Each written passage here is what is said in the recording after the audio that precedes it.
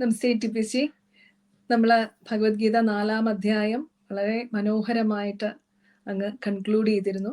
അടുത്ത നമ്മൾ 5-ാം അധ്യായം കർമ്മ സന്യാസ യോഗത്തിലേക്കാണ് കടക്കുന്നത്.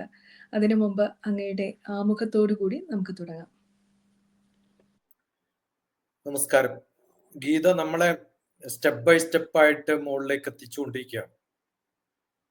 വളരെ പ്രാധാന്യമുള്ള കർമ്മ സന്യാസ യോഗം. ഇതിനു മുമ്പ് ജ്ഞാന കർമ്മ സന്യാസ യോഗമാണ്. അതിൽ ജ്ഞാനം എടുത്തു കളഞ്ഞ് കർമ്മ സന്യാസ യോഗം. കാരണം എന്താണോ നമ്മളെ ഒരു ആക്ടിവിറ്റി, എന്തെങ്കിലും ഒരു കാര്യങ്ങൾ നമ്മൾ ചെയ്യുമ്പോൾ അതിന് പ്രാധാന്യമുള്ളത് അതിൻ്റെ ഫലം ആർക്ക് വേണ്ടിയാണോ ചെയ്യുന്നത് അതിൽ എത്തിക്കാനുള്ള മാർഗങ്ങളാണ്. അപ്പൊ ഇതില് 3 പ്രധാന ഭാഗങ്ങളാണ്. ഒന്ന് നിഷ്ഠയാണ്. ജീവിതത്തിന്റെ കുറേ ശൈലികൾ നമുക്ക് അത്യാവശ്യമാണ്. അപ്പൊ 2 തരത്തിലുള്ള ശൈലികളാണ് ഒരു യോഗദ്വയം. സാധാരണ സദാചാര ജീവിതത്തിന്റെ മാർഗങ്ങൾ എന്തൊക്കെയാണ്, പിന്നെ അത് പരിശീലിപ്പിക്കാൻ എന്തൊക്കെ സാധനങ്ങളാണ് ആവശ്യം.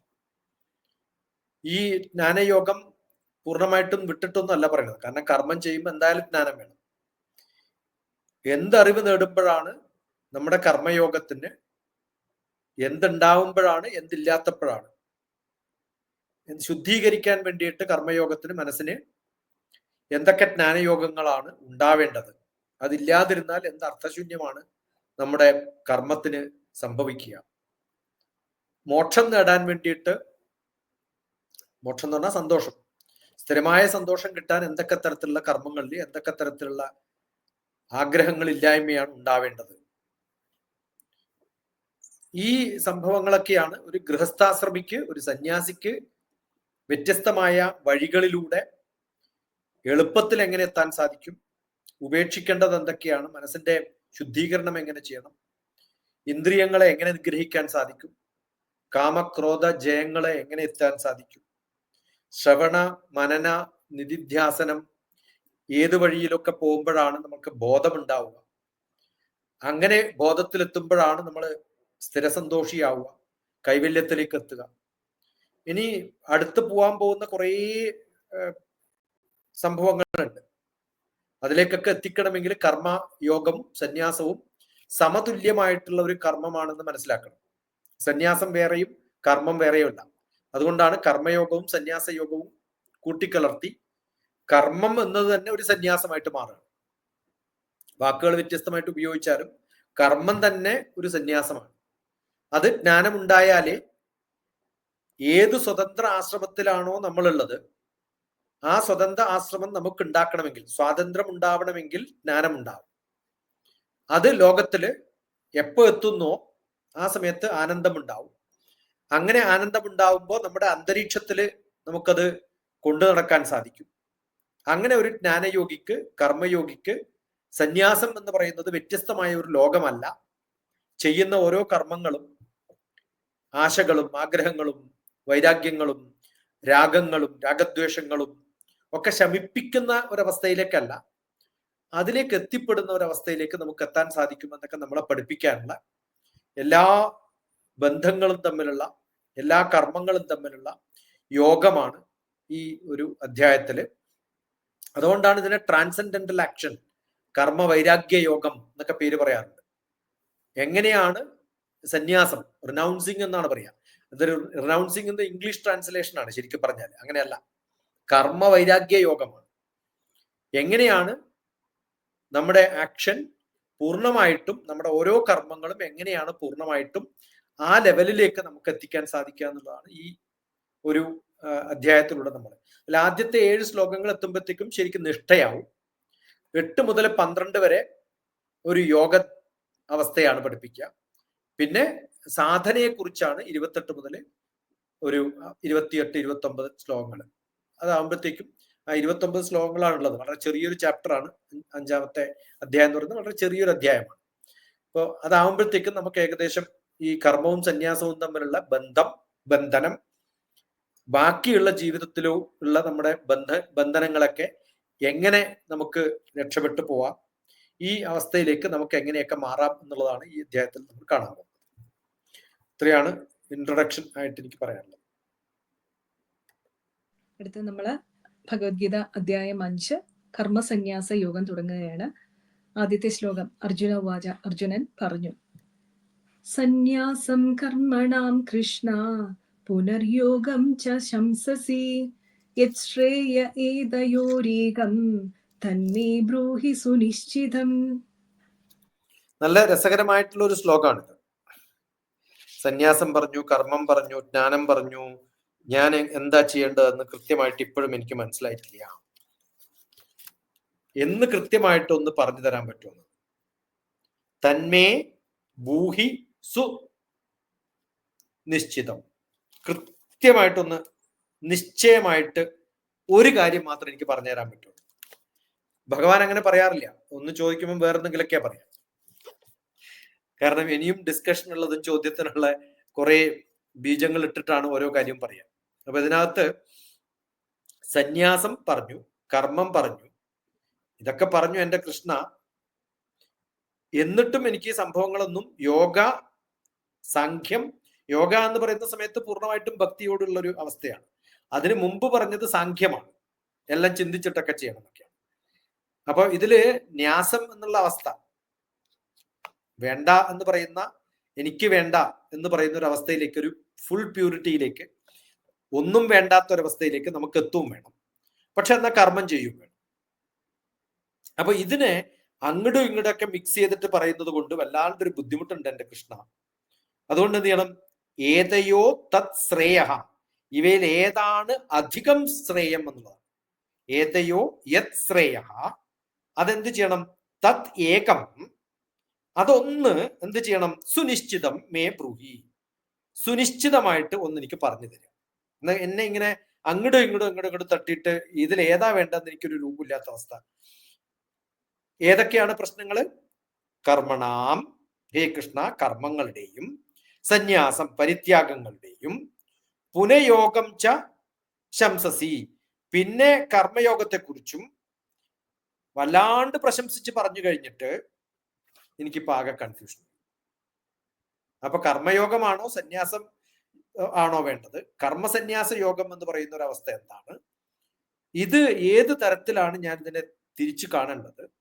അതുകൊണ്ട് ഈ അധ്യായത്തിൽ കൃഷ്ണൻ ഒരു സ്പെസിഫിക് ചോദ്യം കൃത്യമായിട്ട് അങ്ങോട്ട് ചോദിച്ചിട്ട് തുടങ്ങാണ്. കൃത്യമായിട്ട് പറഞ്ഞു തരണം എനിക്ക്, അങ്ങോട്ടും ഇങ്ങോട്ടും ഒന്നും ഉത്തരം പറയുന്നത്. പക്ഷെ എന്നാലും ഭഗവാൻ പറയാൻ പോകുന്നില്ല. അതാണ് ഇതിന്റെ പ്രാധാന്യം.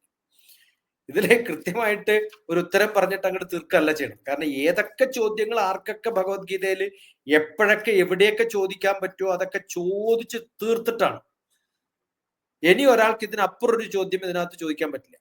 അങ്ങനെ അതാണ് നമ്മുടെ എല്ലാ ഇതിഹാസ പുരാണങ്ങളുടെയും പ്രത്യേകത. എന്താന്ന് വിചാരിച്ചാൽ ഇതിൽ ചോദിച്ച ചോദ്യങ്ങളല്ലാതെ പുതിയൊരു ചോദ്യം ആർക്കും കണ്ടുപിടിക്കാൻ പറ്റില്ല.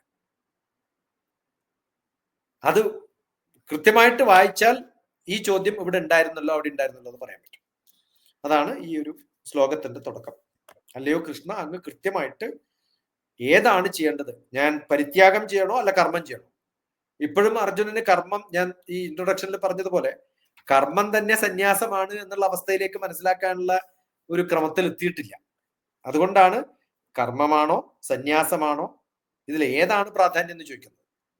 അതുകൊണ്ടാണ് അധ്യായത്തിന് കർമ്മസന്യാസ യോഗം കഴിഞ്ഞിട്ട് നമ്മൾ സന്യാസ യോഗം എന്ന് പറയുമ്പോൾ കർമ്മം വിട്ടു ജ്ഞാനം വിട്ടിട്ടില്ല. അത് രണ്ടും സന്യാസത്തിന്റെ ഭാഗമാണ്, കർമ്മത്തിന്റെ ഭാഗമാണ്, ജ്ഞാനത്തിന്റെ ഭാഗമാണെന്ന് പറഞ്ഞൊപ്പിക്കുകയാണ് ചെയ്യുക. ഭഗവാന്റെ ഉത്തരം കേൾക്കാം. അടുത്ത രണ്ടാമത്തെ ശ്ലോകമാണ് ഭഗവത്ഗീത 5-ാം അധ്യായം കർമ്മസന്യാസ യുഗത്തിലെ രണ്ടാമത്തെ ശ്ലോകത്തിലേക്ക് നമ്മൾ കടക്കുകയാണ്. ഭഗവാൻ പറഞ്ഞു, ശ്രീ ഭഗവാൻ ഉവാച. സന്യാസ കർമ്മയോഗശ്ച നിശ്രേയസകരാവുഭൗ തയോസ്തു കർമ്മസന്യാസാദ് കർമ്മയോഗോ വിശിഷ്യതേ. ഒരു തരത്തിൽ പറഞ്ഞാൽ ഈ ഒരു ശ്ലോകത്തില് പറഞ്ഞിട്ടുണ്ടെങ്കിലും ഇത് പിന്നെയും അടുത്ത ഒരു 6-ാം ശ്ലോകം വരെ അതെത്തുമ്പോഴത്തേക്കാണ് ശരിക്കും മനസ്സിലാവുക. ഒരു നിഷ്കാമ കർമ്മം എന്ന് പറയുന്നത് ഏതിനേക്കാളും എളുപ്പമാണ്? കർമ്മത്തിൽ നിന്ന് ഒളിച്ചോടുന്നതിനേക്കാളും, കർമ്മം ചെയ്യാണ്ടിരിക്കുന്നതിനേക്കാളും ഭേദമാണ്. കർമ്മം ചെയ്യാണ്ടിരിക്കാൻ ബുദ്ധിമുട്ടാണ്. കർമ്മം ചെയ്തേ തീരൂ. കാരണം എല്ലാരും കണ്ണു തുറന്നു കഴിഞ്ഞാൽ കർമ്മം ചെയ്യേ. ചിന്തിക്കുന്നത് പോലും കർമ്മമാണ്. അപ്പോ ഏതാണ് കർമ്മയോഗമാണ് വിശേഷം എന്നാണ്. അപ്പൊ ഭഗവാൻ അതാണ് ആവശ്യം. എല്ലാരും സന്യാസത്തിലേക്ക് പോകണമെന്നൊന്നും ഭഗവാൻ പറഞ്ഞിട്ടില്ല. അതുകൊണ്ട് നിഷ്കാമ കർമ്മമാണ് സന്യാസത്തിനേക്കാളും ഭേദം എന്നാണ്. എന്നുവെച്ചാൽ കർമ്മം വേണമെന്നാണ് പറഞ്ഞിരിക്കുന്നത്. അതുകൊണ്ട് കർമ്മം തന്നെ സന്യാസ കർമ്മമായിട്ട് മാറുകയാണ് വേണ്ടത്. അതുകൊണ്ട് സന്യാസ യോഗം എന്ന് പറഞ്ഞാൽ കർമ്മം തന്നെയാണ്. അത് പറയാനുള്ള ഏറ്റവും നല്ല ഈ ഒരു ലൈൻ മാത്രം മതി. കർമ്മയോഗ വിശിഷ്യതേ. കർമ്മയോഗമാണ് വിശിഷ്യമാവുന്നത്, കർമ്മം ചെയ്യാണ്ടിരിക്കുന്നതല്ല. പക്ഷെ ഭഗവാൻ പിന്നെ പറഞ്ഞിട്ട് എല്ലാവരും കർമ്മം ചെയ്യുന്നുണ്ട്, ഞാനും ചെയ്തുകൊണ്ടിരിക്കുന്നതൊക്കെ പറഞ്ഞിട്ട് അത് ന്യായീകരിക്കും. കർമ്മസന്യാസാത്, കർമ്മം സന്യാസത്തെക്കാൾ കേമുള്ളതാണ്. അതുകൊണ്ട് സന്യാസ കർമ്മയോഗ, സന്യാസവും കർമ്മയോഗവും രണ്ടും, ച എന്ന് പറഞ്ഞാൽ അതിന്റെ അർത്ഥം. സന്യാസവും കർമ്മയോഗവും, സന്യാസം ച കർമ്മയോഗം ച ഉഭൗ നിശ്രേയ സകരൗ, രണ്ടും മോക്ഷപ്രദമാണ്. കർമ്മം ചെയ്താലും മോക്ഷം കിട്ടും, സന്യാസം ചെയ്താലും മോക്ഷം കിട്ടും. പക്ഷേ സന്യാസം ചെയ്യാൻ പറ്റില്ല ആർക്കും. കാരണം കർമ്മം ചെയ്തുകൊണ്ടേ ജീവിക്കാൻ പറ്റുള്ളൂ. കർമ്മയോഗികളാണ്. ഞാൻ സാധാരണ പറയാറുണ്ട്, എല്ലാ സന്യാസിമാരെയും വളർത്തുന്നതും അവരെ പുലർത്തുന്നതും അവർക്ക് ദാനം കൊടുക്കുന്നതും അവരെ ജീവിപ്പിക്കുന്നതും കർമ്മികളാണ്. കർമ്മം ചെയ്യാണ്ടും ഡെവലപ്മെന്റ് ഇല്ലാണ്ടും ഒരു മനുഷ്യനും ഈ ലോകത്ത് ജീവിക്കാൻ പറ്റില്ല.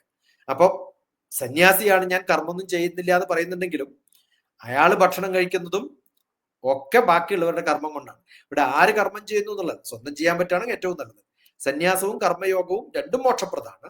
പക്ഷെ കർമ്മസന്യാസമാണ്, ആ ഒരു ആറ്റിറ്റ്യൂഡോട് കൂടി ചെയ്യുന്ന കർമ്മത്തിനാണ് ഏറ്റവും പ്രാധാന്യം. അതുകൊണ്ട് ഏതാ പ്രാധാന്യം? കർമ്മമാണ് പ്രാധാന്യം എന്നർത്ഥം. അതുകൊണ്ട് കർമ്മസന്യാസത്തിനെ ആരെങ്കിലും ഇതിനെ ഒന്നിനെ താഴ്ത്തി മറ്റൊന്നിനെ പിന്നെ ഉയർത്തിക്കെട്ടാൻ വേണ്ടിയിട്ട് ഭഗവാൻ ശ്രമിക്കുകയാണെന്നുള്ള ഒരു ധാരണയും വേണ്ടാന്ന്. രണ്ടും ഒരുമിച്ച് കൊണ്ടുപോകേണ്ടതാണ്. പരിത്യാഗങ്ങള് ഒന്നും ചെയ്യാണ്ടിരിക്കുക, കണ്ണടച്ചിരിക്കുക എന്നുള്ളതല്ല യോഗം. Meditation in action. എന്റെ ഗുരു സ്വാമി രാമയുടെ ഹിമാലയൻ ട്രഡീഷനിൽ കണ്ണടച്ച് മെഡിറ്റേറ്റ് ചെയ്യുന്നവരോട് വളരെ വിരോധമാണ്. കണ്ണു തുറന്ന് കർമ്മം ചെയ്യുന്നവരാണ് മെഡിറ്റേഷൻ എന്നാണ്. വെറുതെ കണ്ണടച്ച് സമയം കളയരുത്. ആ സമയം എന്തെങ്കിലുമൊക്കെ ഗുണമുള്ള കർമ്മങ്ങൾ ചെയ്ത് ആ കർമ്മം ചെയ്യുമ്പോൾ മെഡിറ്റേറ്റീവായിട്ട് ചെയ്യുക എന്നുള്ളതാണ്. അത് കുക്കിംഗ് ആയാലും വാഷിംഗ് ആയാലും ക്ലീനിങ് ആയാലും ഗാർഡനിങ് ആയാലും കൃഷി ആയാലും പഠനമായാലും പഠിപ്പിക്കലായാലും എന്ത് സംഭവമായാലും, അത് ഡ്രൈവിംഗ് ആയാലും, ഏത് കാര്യങ്ങൾ ചെയ്യുമ്പോഴും ആ കർമ്മത്തിൽ നമ്മൾ മെഡിറ്റേറ്റീവായിട്ട് ചെയ്യാം. അതാണ് മെഡിറ്റേഷൻ ഇൻ ആക്ഷൻ. അതാണ് ഹിമാലയൻ ട്രഡീഷനിലെ സ്വാമി രാമയുടെ, സ്വാമി വേദഭാരതിയുടെ ശിഷ്യനായിട്ടുള്ള, ഞാനും മെഡിറ്റേഷൻ മാസ്റ്റർ ആണെന്ന് പറയാം. ഞാൻ മാസ്റ്റർ ആയിട്ടില്ല, പക്ഷെ ആരും പഠിപ്പിച്ചിട്ടില്ല.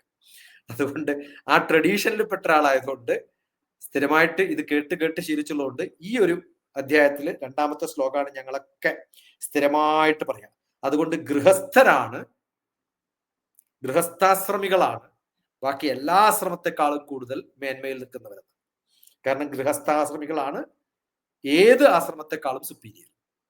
വാനപ്രസ്ഥമോ സന്യാസമോ ആണ് മഹാന്മാരായി കരുതുന്ന പലരുമുണ്ടെങ്കിൽ ഗൃഹസ്ഥാശ്രമികളാണ് അവരെ പോറ്റി വളർത്തുന്നതെന്നും കൂടി അവരാലോചിച്ചത്. കാരണം ഗൃഹസ്ഥാശ്രമിക്കാണ് ആഗ്രഹങ്ങളും ഡെവലപ്മെന്റും ഒക്കെ വേണമെന്നുണ്ടാവും. റിനൗൺസ് ചെയ്യണമെങ്കിൽ നമുക്ക് എന്തെങ്കിലുമൊക്കെ ഉണ്ടാവണം.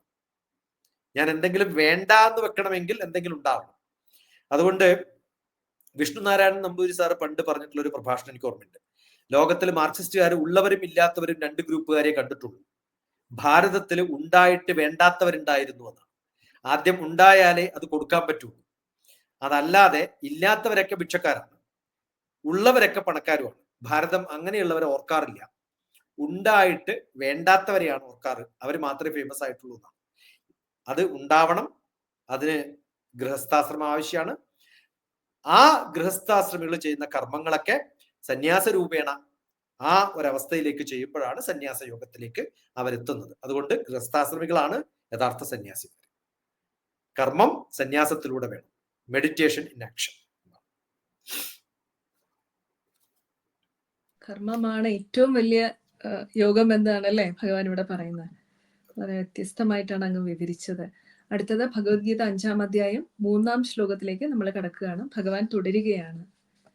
ज्ञेयः स नित्यसन्न्यासी यो न द्वेष्टि न काङ्क्षति निर्द्वन्द्वो हि महाबाहो सुखं बन्धात् प्रमुच्यते.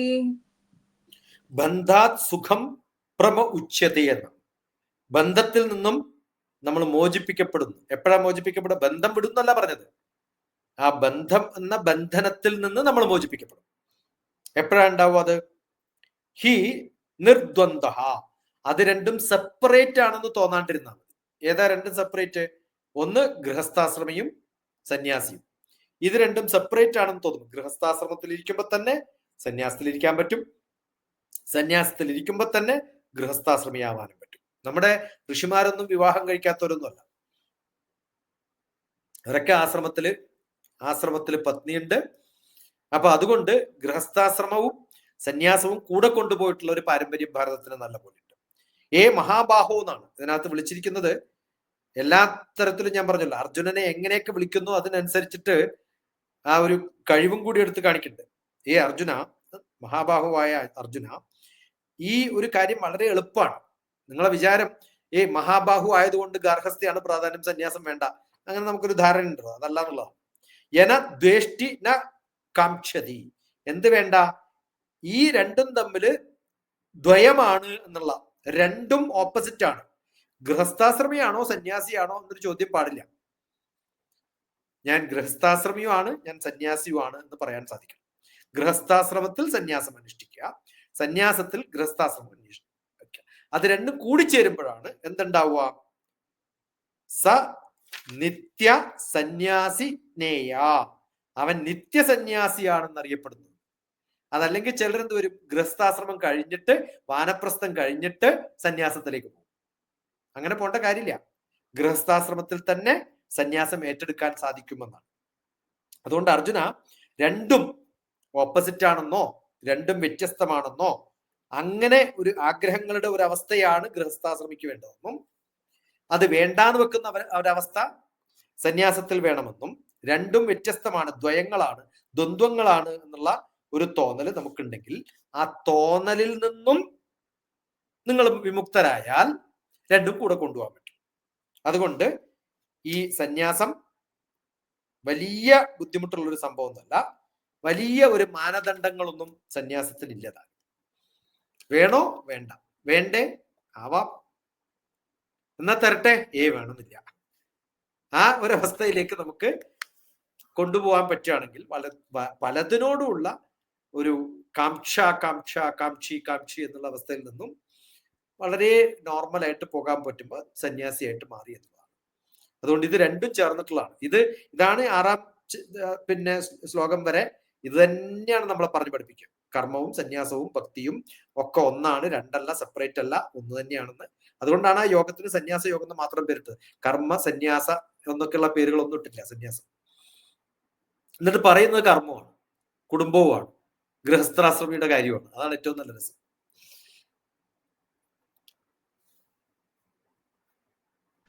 അടുത്തത് ഭഗവത്ഗീത 5ാം അധ്യായം കർമ്മസന്യാസ യോഗത്തിലെ 4ാമത്തെ ശ്ലോകത്തിലേക്കാണ് നമ്മൾ കടക്കുന്നത്. ഭഗവാൻ തുടരുകയാണ്. സാഖ്യയോഗൗ പൃഥക് ബാലാ പ്രവദന്തി ന പണ്ഡിതാ ഏകമപ്യാസ്തി തത് സമ്യഗ് ഉഭയോർവിന്ദതി ഫലം. ഇതില് ആദ്യത്തെ ലൈനിലെ അവസാനം ബാലന്മാര് എന്താ പറയുന്നത്? ബാലന്മാരെങ്ങനെയാ കാണുക എന്നുള്ളതാണ്. നേരത്തെ പറഞ്ഞ പണ്ഡിതന്മാരൊക്കെ കാണുന്നത് സെപ്പറേറ്റ് ആണ്. ഇതിലത്തെ ചെറിയ പിള്ളേരൊക്കെ ചിലപ്പോ ഇങ്ങനെ വല്ലാണ്ട് ഇതെല്ലാം കൂടി കൺഫ്യൂസ്ഡ് ആവും. എന്തൊക്കെ? സാഖ്യവും യോഗവും പൃഥ്വിക് വേറെ വേറെയാണെന്ന്, രണ്ടും വ്യത്യസ്തമാണെന്ന് ഇതി ബാല പ്രവദന്തി. ബാലന്മാര് പറയും ഇതൊക്കെ വ്യത്യസ്തരാണ്. ന പണ്ഡിതാഹ, പണ്ഡിതന്മാർ ഒരിക്കലും അങ്ങനെ പറയില്ല. അവർക്ക് കൃത്യമായിട്ട് കാര്യങ്ങളൊക്കെ അറിയാം. എങ്ങനെ പറയാ? ഏകം അപി, ഇവയിൽ ഒന്നിന് മാത്രം സമ്യക് ആസ്ഥിത. എങ്ങനെ വേണം? സമ്യക്, വേണ്ട വിധം ഞാൻ ആസ്ഥിത, ആശ്രയിക്കുന്നവനാണെങ്കിൽ. ഏത്? അത് സന്യാസായാലും കുഴപ്പമില്ല, സാഖ്യയോഗായാലും കുഴപ്പമില്ല, ജ്ഞാനയോഗായാലും കുഴപ്പമില്ല. സാഖ്യം എന്ന് പറഞ്ഞാൽ ജ്ഞാനം തന്നെയാണ്. ജ്ഞാനയോഗായാലും കുഴപ്പമില്ല, കർമ്മയോഗായാലും കുഴപ്പമില്ല, സന്യാസ യോഗമായാലും കുഴപ്പമില്ല. അത് എങ്ങനെ വേണം? വേണ്ട വിധം ആശ്രയിക്കണം. വേണ്ടാത്ത വിധം ആവുമ്പോഴാണ് ഇത് സെപ്പറേറ്റ് ആയിട്ട് കാണുന്നതെന്നാണ്. അങ്ങനെ ഉഭയോ രണ്ടിന്റെയും ഫലം വിന്തതേ, ഫലം പ്രാപിക്കാൻ സാധിക്കും. സന്യാസം എടുത്താലും കർമ്മമില്ലാത്ത സന്യാസം പൂർണ്ണമല്ല. സന്യസിക്കുന്ന ആൾക്കും കർമ്മം ചെയ്തേ തീരൂ. ചിന്താവിഷ്ടയ ശ്യാമളയിൽ സന്യസിക്കാൻ പോയിട്ട് പശുവിനെ നോക്കാൻ പറയുമ്പോൾ എനിക്കത് പറ്റില്ല എന്ന് പറയില്ലേ? അപ്പൊ കണക്കെഴുതാൻ പറ്റുമ്പോൾ അതും പറ്റില്ല. അയാളുടെ വിചാരം പണിയെടുക്കാത്തതാണ് സന്യാസം എന്നുള്ളതാണ്. അതല്ല എന്ന് വ്യക്തമാക്കുന്ന കാര്യമാണ് ഈ ശ്ലോകത്തിൽ പറഞ്ഞിരിക്കുന്നത്. സന്യാസം എടുത്താലും കർമ്മം ചെയ്തേ തീരൂ, ഭഗവാനായാലും കർമ്മം ചെയ്തേ തീരൂ. അത് മാനേജർ ആയാലും കർമ്മം ചെയ്യണം, താഴത്തിരിക്കുന്ന ആളായാലും കർമ്മം ചെയ്യണം, മുകളിൽ സൂപ്പർവൈസർ ആയിരുന്നാലും കർമ്മം ചെയ്യണം. അതുകൊണ്ട് സാധന എന്ന് പറയുന്നത് കർമ്മം ചെയ്യാത്തൊരവസ്ഥയാണെന്നുള്ളത് ധാരണ വേണ്ട. അത് ഏത് കർമ്മത്തെയും സാധനയിലൂടെ പ്രാക്ടീസ് ചെയ്തു വരുമ്പോൾ അത് കർമ്മമായിട്ട് മാറും. അതുകൊണ്ട് ഗൃഹസ്ഥാശ്രമി ചെയ്യുന്ന എല്ലാ കർമ്മവും സന്യാസത്തിന്റെ ഭാഗമാണ്. ഇതിന്റെയൊക്കെ ഫലം ഒന്നാണ്.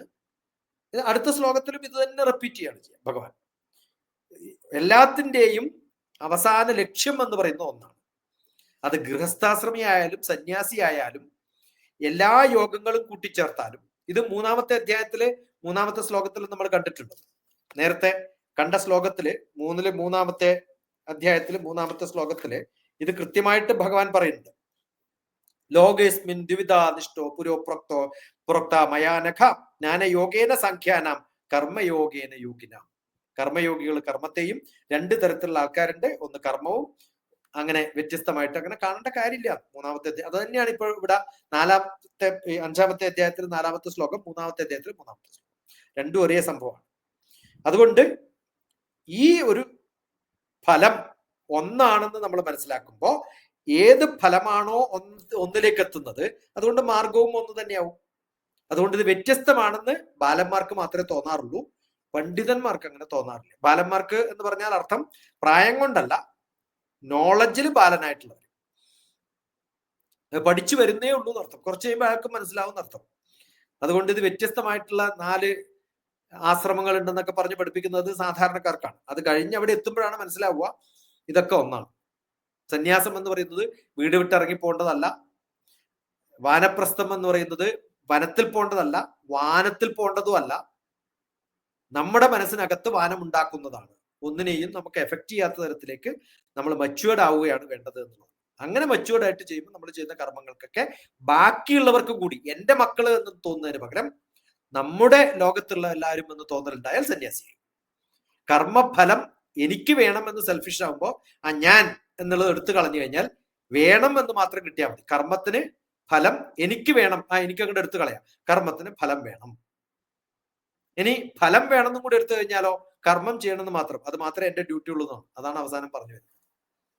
അത് ആരെടുത്താലും എനിക്ക് കുഴപ്പമില്ല എന്നുള്ള അർത്ഥം. വളരെ മനോഹരമായിട്ടുള്ള ഒരു വിവരണമായിരുന്നു അത്. എനിക്ക് തോന്നുന്നു ഒരുപാട് പേർക്കുള്ള ഒരു കൺഫ്യൂഷൻ ആണ്, എല്ലാം വ്യത്യാസമാണ് എന്നുള്ളത് അല്ലെ. ഇവിടെ ഭഗവാൻ ഒന്നായിട്ടാണ് കർമ്മത്തിനെയും ജ്ഞാനത്തിനെയും സാങ്കേതിനെയും എല്ലാം കൂടി ചേർത്തിട്ട് ഭഗവാൻ ഒന്നായിട്ടാണ് കാണുന്നത് എന്നുള്ളതാണ് നമുക്ക് മനസ്സിലാകുന്നത്. അടുത്തത് ഭഗവത്ഗീത 5-ാം അധ്യായത്തിലെ 5-ാമത്തെ ശ്ലോകമാണ്. ഭഗവാൻ തുടരുകയാണ്. യത് സാംഗൈ പ്രാപ്യതേ സ്ഥാനം തദ്യോഗൈരഭിഗമ്യതേ ഏകം സാംഖ്യം ച യോഗം ച യപശ്യതി സപശ്യതി. ഇത് നേരത്തെ ശ്ലോകത്തിന്റെ ഒരു എക്സ്പ്ലനേഷൻ ആണ്. ഇനിയും ക്ലാരിഫിക്കേഷൻ ആർക്കെങ്കിലും വേണമെങ്കിൽ അത് എടുത്താൽ മതി. പക്ഷെ ഭഗവാൻ അങ്ങനെ വിട്ടുകൊടുക്കാൻ തയ്യാറില്ല. ഇത് ഭഗവാനാണോ അല്ല ബാക്കി ആഡ് ചെയ്ത് ഭഗവാൻ ഇത്രയും പ്രാവശ്യം ഇത് റിപ്പീറ്റ് ചെയ്ത് പറഞ്ഞെന്ന് ചോദിച്ചാൽ നമുക്കറിയില്ല. പക്ഷെ ഗീതയില് റിപ്പീറ്റ് ചെയ്ത് പറയുന്ന സമയത്ത് മിക്കവാറും മനസ്സിലാക്കേണ്ടത് അത് എവിടെയെങ്കിലുമൊക്കെ ചിലപ്പോൾ ആഡ് ചെയ്തതായിരിക്കും. ശിഷ്യന്മാർക്ക് മനസ്സിലാകത്തോണ്ട് ഒന്നും കൂടി പറഞ്ഞു കൊടുത്തതായിരിക്കും. അല്ലാണ്ട് ഭഗവാൻ അർജുനന് ഇതേപോലെ പറഞ്ഞു കൊടുത്തെന്ന് ചോദിച്ച ഉത്തരം നമുക്കറിയില്ല. സാംഖ്യൈ യത് സ്ഥാനം, സാംഖ്യന്മാരില് ഏതൊരു സ്ഥാനമാണോ പ്രാപ്യതേ, ഏത് സ്ഥാനമാണോ പ്രാപിക്കുന്നത്, യത് യോഗൈ അഭിഗമ്യതേ, അത് തന്നെ യോഗികൾ പ്രാപിക്കും. എന്നുവെച്ചാൽ ക്രിട്ടിക്കലായിട്ട് അനലൈസ് ചെയ്ത് ചിന്തിച്ച് പഠിച്ച് നിങ്ങൾ അവിടെ എത്തുന്നത് പോലെ തന്നെയാണ് വേറെ യോഗികളും അവിടെ തന്നെ എത്തുക. യ സാഖ്യം ച യോഗം ച, ഏതൊരാൾ സാഖ്യത്തെയും യോഗത്തെയും, യോഗം എന്തൊക്കെയാണ് ഇവിടെ? കർമ്മം, ജ്ഞാനം, ഭക്തി, ഈ 3 യോഗങ്ങളിലൂടെ നമ്മൾ എത്തുന്നതും ഒരേ സ്ഥലത്ത് ഏകം പശ്യതി, ഒന്നായി കാണുമ്പോൾ സപശ്യതി, അവൻ എന്തിനെ കാണുന്നു? ഇത് മൂന്നും ഒന്നാണെന്ന് മനസ്സിലാക്കുന്നു. അപ്പൊ ഇത് മൂന്നും ഒന്നാണെന്ന് മനസ്സിലാക്കണമെങ്കിൽ, വ്യത്യസ്തമായി കാണാതിരിക്കണമെങ്കിൽ ഇതിന്റെ ഫലം എന്താണെന്ന് നോക്കുക. അവിടത്തേക്കുള്ള വഴി എന്തായാലും ഒന്നായാലേ തീരൂ. വ്യത്യസ്ത വഴികളിലൂടെ പോയാൽ ആ സ്ഥാനത്തേക്ക് എത്തണമെന്നില്ല. ഇനി വ്യത്യസ്ത വഴികളിലൂടെ പോയാലും എത്തേണ്ട സ്ഥാനം ഇതാണെങ്കിൽ സാക്ഷാത്കാരം എന്താണ്, ആ പരമതത്വം എന്താണെന്ന് നമ്മൾ മനസ്സിലാക്കുമ്പോൾ അത് കർമ്മത്തിലൂടെയായാലും ജ്ഞാനത്തിലൂടെയും ഭക്തിയിലൂടെയായാലും എന്താണോ നമ്മൾ ചെയ്യുന്ന ആ കർമ്മം ഈശ്വരാർപ്പണ ബോധത്തോടുകൂടി, പൂർണ്ണമായ അറിവോടുകൂടി, ജ്ഞാനപ്രാപ്തിയോടുകൂടി ചെയ്യുമ്പോൾ കർമ്മയോഗികൾ ചെയ്യുന്ന ഓരോ കർമ്മവും കൃത്യമായിട്ടും അവരുടെ മനസ്സിന്റെ ശുദ്ധിയോടുകൂടി, അന്ധക്കരണ ശുദ്ധിയോടുകൂടി, ആത്മാവിന് ഇഷ്ടമുള്ള തരത്തിൽ അയ്യോ ഞാൻ ചെയ്യരുതാവുന്നു എന്ന് ഒരിക്കലും തോന്നാത്ത വിധം ആത്മാവിൽ നിന്ന് വരുന്ന വർക്കായിട്ട് മാറും.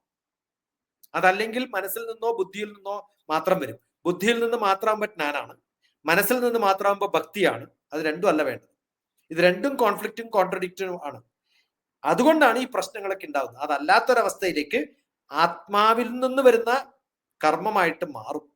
അങ്ങനെ ആ പരമമായ ലക്ഷ്യം, സാക്ഷാത്കാരം സിദ്ധിക്കുന്ന തരത്തില് കർമ്മം എത്തിച്ചേരും. ആ മാർഗം രണ്ട് മാർഗത്തിലൂടെ പോയാലും ലക്ഷ്യം ഒന്നായതുകൊണ്ട് മാർഗം സെപ്പറേറ്റ് ആവില്ല. നമ്മൾ അത് തിരിച്ചറിയുന്നില്ല എന്ന് മാത്രം. കർമ്മത്തിലൂടെ പോകുന്ന സമയത്തും സന്യാസത്തിലൂടെ പോകുന്ന സമയത്തും ജ്ഞാനത്തിലൂടെയും ഭക്തിയിലൂടെയും ക്രിട്ടിസൈസ് ചെയ്തിട്ടോ എങ്ങനെ പോയാലും അവസാനത്തെ ലക്ഷ്യം ഒന്നാണെങ്കിൽ അത് എല്ലാം കൂടി ചേർന്നിട്ടുള്ള ഫലമാണ് ഉണ്ടാക്കുക. അതുകൊണ്ട് അതിനെക്കുറിച്ച് വേവലാതിപ്പെടേണ്ട അർജുന എന്ന് പറയുന്നത്. എന്നുവെച്ചാൽ ഒരു വ്യക്തി എന്ത് കർമ്മം ചെയ്താലും അതിൽ പൂർണ്ണമായിട്ട് ചെയ്താൽ ഈ സന്യാസിയുടെ തലത്തിൽ തന്നെയാണ് എത്തുന്നത് എന്നാണ് അങ്ങ് വിവരിച്ചപ്പോൾ മനസ്സിലാകുന്നത് അല്ലെ? 5-ാമത്തെ ശ്ലോകം. അടുത്തത് ഭഗവത്ഗീത 5-ാം അധ്യായം കർമ്മ സന്യാസ യുഗത്തിലെ 6-ാമത്തെ ശ്ലോകത്തിലേക്ക് നമ്മൾ കടക്കുകയാണ്. ഭഗവാൻ തുടരുകയാണ്. സന്യാസസ്തു മഹാബാഹോ ദുഃഖമാപ്തുമയോഗതഃ യോഗയുക്തോ മുനിർബ്രഹ്മ ന ചിരേണാധിഗച്ഛതി. അഗൈൻ മഹാബാഹുവായ അർജുന. കാരണം എന്താണ്? ഇത് രണ്ടും നിനക്ക് പറ്റിയിട്ടുള്ളതല്ല. നീ ഇതാണ് കർമ്മമാണ് പ്രാധാന്യം, ഞാനതുകൊണ്ട് ഫൈറ്റ് ചെയ്യാൻ പോവാണ് എന്നൊക്കെ പറയുന്ന സമയത്ത് അത് ഫുള്ളി ഡിവോട്ടഡ് ആവണം, എല്ലാ അറിവോടും കൂടി വേണം. ആശ്രമി ചെയ്യുന്ന ഒരവസ്ഥയിലേക്ക്, ജ്ഞാനത്തോടുകൂടി സന്യാസാവസ്ഥയിലേക്ക് വേണം ചെയ്യാൻ. അത് കൃത്യമായിട്ട് പറഞ്ഞു. സന്യാസഃ തു അയോഗത. ഏത് സന്യാസിയാകട്ടെ അയാൾ ചെയ്യുന്ന ഓരോ കർമ്മങ്ങളും കർമ്മയോഗത്തിൽ പെടുന്നതാണ്. അതുകൂടാതെ അയാൾക്ക് മുന്നോട്ട് പോകാൻ സാധിക്കില്ല. ആപ്തും ദുഃഖം, അത് നമുക്ക് കിട്ടുന്ന സമയത്ത് നമ്മൾ പ്രാപിക്കുമ്പോൾ പ്രയാസം ഉണ്ടാവുന്നു. ഞാൻ പറഞ്ഞല്ലോ നേരത്തെ, അയ്യോ വേണ്ടായിരുന്നു ആ തോന്നലില്ലാണ്ടിരുന്നാൽ യോഗയുക്ത മുനിയായി മാറിയെന്ന്. കർമ്മയോഗങ്ങളിൽ യുക്തനായ ഒരു മഹർഷിയായിട്ട് മാറും. ഏതാ കർമ്മയോഗം? കർമ്മയോഗം, ജ്ഞാനയോഗം, സന്യാസയോഗം, ഭക്തിയോഗം, എന്തൊക്കെ ചേർക്കാൻ പറ്റുമോ എല്ലാം കൂടി ചേർത്തിട്ടുണ്ടെന്ന ഒരു കർമ്മയോഗ യുക്ത സന്യാസിയായിട്ട്, ഒരു മുനിയായിട്ട്, മഹർഷിയായിട്ട് അദ്ദേഹം മാറിക്കൊള്ളുന്നു. നജിരേണ ബ്രഹ്മ, വേഗത്തിൽ ബ്രഹ്മത്തെ അധിഗച്ഛതി എന്നാണ്. ചാടി അങ്ങോട്ട് എത്താൻ പറ്റുന്ന വിധത്തിൽ നിങ്ങൾ ഫാസ്റ്റ് ആയിട്ട് പോകാൻ പറ്റുന്ന. ഇതെല്ലാം കൂടി കൂട്ടിക്കലർത്തിയാലേ അങ്ങനെ പറ്റുള്ളൂ. സന്യാസം മാത്രം ചെയ്തു കഴിഞ്ഞാൽ യു ബിക്കം ഡിപ്പെൻഡന്റ്. കർമ്മം മാത്രം ചെയ്തു കഴിഞ്ഞാൽ ആ അവിടത്തേക്ക് എത്താൻ പിന്നെ സന്യാസം കൂടി കടന്നു പോകണം. ഈ 4 ചക്രങ്ങളും 4 ആശ്രമങ്ങളൊന്നും കടന്നു പോകേണ്ട കാര്യമില്ല. ഇതെല്ലാം കൂടി ഒരേ ആശ്രമത്തോടു കൂടി 40 വയസ്സ് മുതൽ ഒരു 50 വയസ്സാകുമ്പോഴത്തേക്കും ഇതൊക്കെ അങ്ങോട്ട് പ്രാപിച്ച് എത്താൻ കഴിഞ്ഞാൽ 60 ആകുമ്പോഴത്തേക്കും ആത്മീയ പുരുഷനായിട്ട് മാറും. അതുകൊണ്ട് അർജുന, സന്യാസാവട്ടെ കർമ്മാവട്ടെ, എന്താണോ അനുഷ്ഠിക്കേണ്ടത്, എന്താണോ പ്രാപിക്കേണ്ടത്, എന്താണോ താങ്കൾക്ക് പ്രയാസമായിട്ട് തോന്നുന്നത്, ആ പ്രയാസമായി തോന്നുന്നതിന് എന്ത് ചെയ്യണം? ഇഷ്ടപ്പെടുക. അപ്പൊ പിന്നെ പ്രയാസം ഉണ്ടാവില്ല. അതുകൊണ്ട് കർമ്മയോഗത്തെ നമ്മൾ ഇഷ്ടപ്പെട്ടിട്ട് ചെയ്യാം. അയ്യോ ഭക്ഷണം ഉണ്ടാക്കണല്ലോ എന്ന് പറഞ്ഞ് ചെയ്താൽ ആ ഭക്ഷണം ഉണ്ടാക്കുന്ന കർമ്മം ജ്ഞാനമില്ല, ഭക്തിയില്ല, ഡെഡിക്കേഷൻ ഇല്ല, ഡിവോഷൻ ഇല്ല. അത് സന്യാസിക്ക് പറ്റിയിട്ടുള്ളതാണ്. കാരണം സന്യാസി ഇതിൽ നിന്നൊക്കെ മുക്തനാണ്, ഒന്നിനോടും ഒരു വിരക്തി ഇല്ല. അപ്പൊ എന്റെ വീട്ടിലുള്ള എല്ലാ പണിയും ചെയ്യുന്ന സമയത്ത് എനിക്ക് അതൊന്നും ഇഷ്ടമല്ലാണ്ട് കണ്ണടച്ചിട്ട് മെഡിറ്റേറ്റ് ചെയ്യാം 2 മണിക്കൂർ, എന്നിട്ട് 10 മിനിറ്റ് കൊണ്ട് ബ്രേക്ക്ഫാസ്റ്റ് ഉണ്ടാക്കിയിട്ട് ആകെ കൊളവാക്കും. എന്നിട്ട് എന്റെ ശല്യം ഇത് ചെയ്യണമല്ലോ എന്റെ വിധി എന്ന് പറഞ്ഞാൽ ഒരു കാര്യമില്ല. കാരണം കർമ്മയോഗത്തിനാണ്, ഗൃഹസ്ഥാശ്രമിക്കാണ്, വീട് നോക്കുന്ന പണിയാണ് ഏറ്റവും വലിയ മെഡിറ്റേഷൻ. അതുകൊണ്ട് മെഡിറ്റേഷൻ ഇൻ ആക്ഷൻ. അതുകൊണ്ട് ഏതൊരാളാണോ അവനവൻ ചെയ്യുന്ന കർമ്മങ്ങൾ വലിയ യാഗയോഗ എന്തൊക്കെ ചേർക്കാൻ പറ്റും, യാഗവുമാണ് യോഗവുമാണ്. ഭക്ഷണം കഴിക്കുന്നത് പോലും യാഗമാണ്. ആ ഒരു അവസ്ഥയിലേക്ക് നമ്മൾ ഭക്ഷണം കഴിക്കുന്നത് ഒരു യാഗമാണെങ്കിൽ, കഴിക്കാൻ അരമണിക്കൂർ ഉപയോഗിക്കുമെങ്കിൽ ഭക്ഷണം ഉണ്ടാക്കാൻ അരമണിക്കൂർ ഉപയോഗിക്കാം. ഭക്ഷണം ഉണ്ടാക്കാൻ 1 മണിക്കൂർ ഉപയോഗിച്ചിട്ട് 5 മിനിറ്റ് കൊണ്ട് കഴിച്ചാലോ? അതിന്റെ ടേസ്റ്റ് മനസ്സിലാവാണ്ട കഴിക്കുന്നത്. അപ്പൊ എന്താണോ നമ്മൾ ഉണ്ടാക്കുന്നത് അത് ആ ഒരു ഭക്തിയോടുകൂടി ഉണ്ടാക്കുന്ന സമയത്ത് കഴിക്കുന്നതിനും ഭക്തിയോടുകൂടി കഴിച്ചാൽ മാത്രമേ ആ കർമ്മത്തിന്റെ ഫലം പൂർണ്ണമായിട്ട് ആ ഒരവസ്ഥയിലേക്ക് നമുക്ക് ആസ്വദിക്കാൻ സാധിച്ചു. അതാണ് ഉണ്ടാവേണ്ടത്. അതിന് നമ്മളൊക്കെ അർഹരാണ്. അതുകൊണ്ട് ആ അർഹത നമുക്കുണ്ട്. അങ്ങനെ ചെയ്താൽ അചിരേണ ബ്രഹ്മ അധിഗച്ഛതി. നമ്മൾ ഏറ്റവും നല്ല ബ്രഹ്മാവസ്ഥയിലേക്ക്, ബ്രഹ്മാവസ്ഥ എന്ന് പറഞ്ഞാൽ ഏറ്റവും നല്ല ക്രിയേറ്റീവ് ആയിട്ടുള്ള, ഇന്നവേറ്റീവ് ആയിട്ടുള്ള, എഡ്യൂക്കേറ്റീവ് ആയിട്ടുള്ള ഒരാളായിട്ട് മാറാൻ ഇതിനപ്പുറം എന്താ വേണ്ടത്? അത് അനുഷ്ഠിക്കാനുള്ള ഒരു സന്മനസ് കർമ്മ സന്യാസികൾക്ക് ഉണ്ടാവണം. സന്യാസികളല്ല, കർമ്മ സന്യാസികൾക്ക് ഉണ്ടാവണം. അത് ഉണ്ടായാൽ മോക്ഷത്തിന് അർഹരായി. അതുകൊണ്ട് കർമ്മയോഗം അനുഷ്ഠിക്കാതെ സന്യാസയോഗത്തിലേക്ക് ചാടിപ്പോവാന്ന് ആരെങ്കിലും ധരിച്ചാൽ, സന്യാസയോഗം ഇല്ലാതെ കർമ്മം ചെയ്യുമെന്ന് അനുഷ്ഠിച്ചാൽ അവരെ സ്വയം ദുഷിച്ച് പറഞ്ഞുകൊണ്ടേയിരിക്കും, എന്റെ ഗതി ഇങ്ങനെ ആയല്ലോ എന്ന് പറയും. ആ ഗതി അങ്ങനെ ആയത് വേറൊരാളുടെ ഗതിയല്ല. ഈ അധിഗച്ഛതി എന്ന് പറയുന്ന, അജിരേണ ബ്രഹ്മ അധിഗച്ഛതി എന്ന് പറയുന്ന ഗതിയിലേക്ക് പോകണമെങ്കിൽ ഈ ഒരു സ്വന്തം കുറ്റം പറഞ്ഞിട്ട് ചെയ്യാനുള്ള കർമ്മങ്ങൾ ചെയ്യും വേണം, രക്ഷപ്പെടാനും പറ്റില്ല. എന്നാ അത് സന്തോഷിച്ച് ചെയ്യല്ലെന്നല്ലോ. Anyway you have to do it, then why can't you enjoy doing it എന്ന് പറയാം സാധാരണ. അപ്പൊ അതില്ലെങ്കിൽ കഷ്ടം, സ്വയം കഷ്ടം അനുഭവിക്കുക എന്നുള്ളതാണ്. അതില്ലാതിരിക്കുമ്പോഴാണ് സന്തോഷം ഉണ്ടാവുക. അതാണ് മോക്ഷം, അതിലെത്താന്നുള്ളത്. അപ്പൊ 6-ാം അധ്യായത്തിലേക്ക് എത്തുമ്പോഴത്തേക്കും ഇത് തമ്മിലുള്ള വ്യത്യാസമില്ല എന്നും നമ്മളെ അടിച്ചേൽപ്പിച്ചിരിക്കുകയാണ്. ഓരോ ശ്ലോകത്തിലും വ്യത്യസ്ത തരത്തിൽ പറഞ്ഞു എന്ന് മാത്രം. പറഞ്ഞത് ഒരേ കാര്യമാണ്. ഇതെല്ലാം കൂടി ഒന്നായിട്ട് കാണണം. കർമ്മം, ജ്ഞാനം, ഭക്തി, അതെല്ലാം കൂടി ചേരുമ്പോഴത്തേക്കും നമ്മൾ ചെയ്യുന്ന കർമ്മവും നമ്മുടെ ജ്ഞാനവും നമ്മുടെ ഭക്തിയും സന്യാസത്തിന്റെ ലെവലിലേക്ക് എത്തും. അപ്പൊ നമ്മൾ അജിരേണ ബ്രഹ്മ അധിഗച്ഛതി എന്ന് അങ്ങനെ എത്താൻ സാധിക്കും. അതായത് ഏത് കർമ്മം ചെയ്താലും അതിനിടയ്ക്ക് വരുന്ന ചാലഞ്ചസ്, ഓബ്സ്റ്റക്കിൾസ്, അതെല്ലാം നമുക്ക് സന്യാസ അവസ്ഥയെ പ്രാപിക്കാനുള്ള ഒരു മൈൻഡ് കൺട്രോളിന് ഉപയോഗിച്ചു കഴിഞ്ഞാൽ അത് സന്യാസ യോഗമായി മാറി, അല്ലെ? കർമ്മയോഗം നമ്മൾ അറിവോടുകൂടി ചെയ്യുമ്പോൾ, ജ്ഞാനത്തോട് കൂടുമ്പോൾ അത് ജ്ഞാനകർമ്മമായി. ജ്ഞാനകർമ്മ സന്യാസത്തിൽ എത്തുന്ന ഒരു വ്യക്തിക്ക് തത്വബോധത്തിൽ അല്ലെങ്കിൽ ഫിലോസഫി എന്ന് പറയുന്ന ഫൈനൽ പോയിന്റിൽ എത്താൻ വളരെ എളുപ്പമാണ് എന്നാണ് എനിക്ക് അങ്ങ് പറഞ്ഞതിൽ നിന്ന് മനസ്സിലാകുന്നത്. അപ്പൊ എല്ലാം കൂടെ ഒന്ന് തന്നെയാണെന്നാണ് ഇവിടെ ഭഗവാൻ പറഞ്ഞതിനെ വളരെ മനോഹരമായിട്ട് വിവരിച്ച് നൽകിയപ്പോഴാണ്, അത് വളരെ ലളിതമായിട്ട് വേറെ ആർക്കും പറയാൻ പറ്റില്ല. സുദർശനം, സുദർശനം, സുദർശനം വെപ്പണായിട്ടുള്ള ആൾക്കേ പറയാൻ പറ്റും. അദ്ദേഹത്തിന്റെ ആയുധം തന്നെ സുദർശനമാണ്. അപ്പൊ പറയുന്ന എല്ലാത്തിലും ദർശനം ഉണ്ടാവും. ഫിലോസഫി എന്നുള്ളതിന്റെ സുദർശനമാണ്. ഞാൻ കഴിഞ്ഞ ആഴ്ച ഈ സമയത്ത് ഫിലോസഫി ഫാമിലി ക്ലാസ് എടുക്കായിരുന്നു പുരിയില്, ജഗന്നാഥന്റെ സ്ഥലത്ത്. അവിടെ ഫിലോസഫിയിൽ ഞാൻ പറഞ്ഞു സുദർശനമാണ്. അത് ഫുൾ ഭഗവത്ഗീതയാ പറഞ്ഞത്. ഞാനത് പറയുകയും ചെയ്തു. 4-ാമത്തെ അധ്യായം ഇപ്പൊ മലയാളത്തിൽ പറഞ്ഞു തീർത്തിട്ടേ ഉള്ളൂ.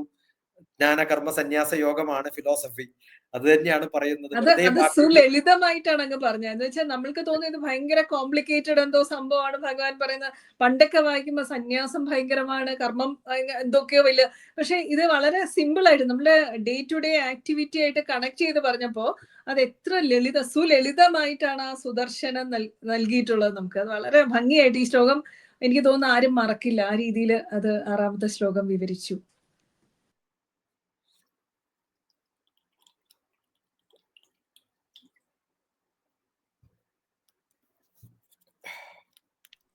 അടുത്തത് ഭഗവത്ഗീത 5-ാം അധ്യായം കർമ്മസന്യാസ യുഗത്തിലെ 7-ാമത്തെ ശ്ലോകത്തിലേക്ക് നമ്മൾ കടക്കുകയാണ്. ഭഗവാൻ തുടരുകയാണ്. യോഗയുക്തോ വിശുദ്ധാത്മാ വിജിതാത്മാ ജിതേന്ദ്രിയഃ സർവഭൂതാത്മഭൂതാത്മാ കുർവന്നപി ന ലിപ്യതേ. ഇത് ഈ ടച്ച് ചെയ്യാണ്ട് പോകുന്ന ഒരു ലേപനം. ഈ നൗക ഉപയോഗിച്ചിട്ടും സമുദ്രം കിടക്കാന്ന് കഴിഞ്ഞ പ്രാവശ്യം പറഞ്ഞതുപോലെ ഇത് തൊടാണ്ട് പോകാൻ പറ്റും. എങ്ങനെ? യോഗയുക്ത ആയിട്ടുള്ള കർമ്മയോഗിയാണ്. അങ്ങനെയുള്ള ഒരു വ്യക്തിക്ക് കുർവൻ, ഏത് കർമ്മമാണോ അയാൾ ചെയ്യുന്നത്, അപി ന ലിപ്യത്തെ, അത് ലേപനം ചെയ്യപ്പെടുന്നില്ല, അയാളെ ടച്ച് ചെയ്യില്ല. ഒരു ബന്ധവുമില്ലാതെ വളരെ കാഷ്വൽ ആയിട്ട് ദോശ ഉണ്ടാക്കാൻ പറ്റും. എങ്ങനെ ഉണ്ടാക്കണം? ദോശ ഉണ്ടാക്കുന്ന സമയത്ത് എത്ര ദേഷ്യം പിടിച്ചാലും അത് പരത്തുമ്പോൾ കൃത്യമായിട്ട് റൗണ്ട് ആവുന്നത് എന്തുകൊണ്ടാണ്? സന്യാസത്തിലൂടെ ദോശ ചുടുന്നതുകൊണ്ടാണ്. മനസ്സറിഞ്ഞ് ജോമെട്രി ബോക്സ് ഉപയോഗിച്ചിട്ട് റൗണ്ട് വരച്ച് അതിനകത്ത് മാവിടേണ്ട കാര്യമൊന്നുമില്ലല്ലോ. കാഷ്വൽ ആയിട്ട് ചെയ്യാൻ പറ്റുന്നതാണ് സന്യാസം. ഏത് കാര്യവും എനിക്ക് കാഷ്വൽ ആയിട്ട് ചെയ്യാൻ പറ്റുകയാണെങ്കിൽ അത് സന്യാസത്തിലായി. അത് മെഡിറ്റേറ്റീവ് ദോശയോടായി. മെഡിറ്റേറ്റീവ് ഡ്രൈവിംഗ് ആണ്. മെഡിറ്റേറ്റീവ് ഡ്രൈവിംഗ് അല്ലാത്തവർ എന്ത് ചെയ്യും? ഓരോ ക്ലച്ചും ബ്രേക്കും ഒക്കെ ചവിട്ടുന്ന സമയത്ത് ആകെ ടെൻഷൻ അടിക്കും. ആദ്യമായിട്ട് പഠിക്കുന്നവർക്ക് അങ്ങനെയാണ്. അതുകൊണ്ടാണ് അവിടെ ബാല എന്ന് പറഞ്ഞിട്ടുള്ളത്. ഡ്രൈവിംഗ് പഠിക്കാൻ തുടങ്ങുന്ന ആൾ. ദോശ ഉണ്ടാക്കാൻ തുടങ്ങുന്ന ഒരാൾക്ക് ഒരിക്കലും റൗണ്ട് ആവില്ല. അത് പല രാജ്യങ്ങളുടെയും മാപ്പ് വരച്ചതുപോലെ ആവുന്നത് എന്തുകൊണ്ടാണ്? അത് ടെൻഷനോടുകൂടി ചെയ്യുന്നത് കൊണ്ടാണ്. വളരെ കാഷ്വൽ ആയിട്ട് വളരെ സ്മൂത്ത് ആയിട്ട് ചെയ്യാറില്ലേ?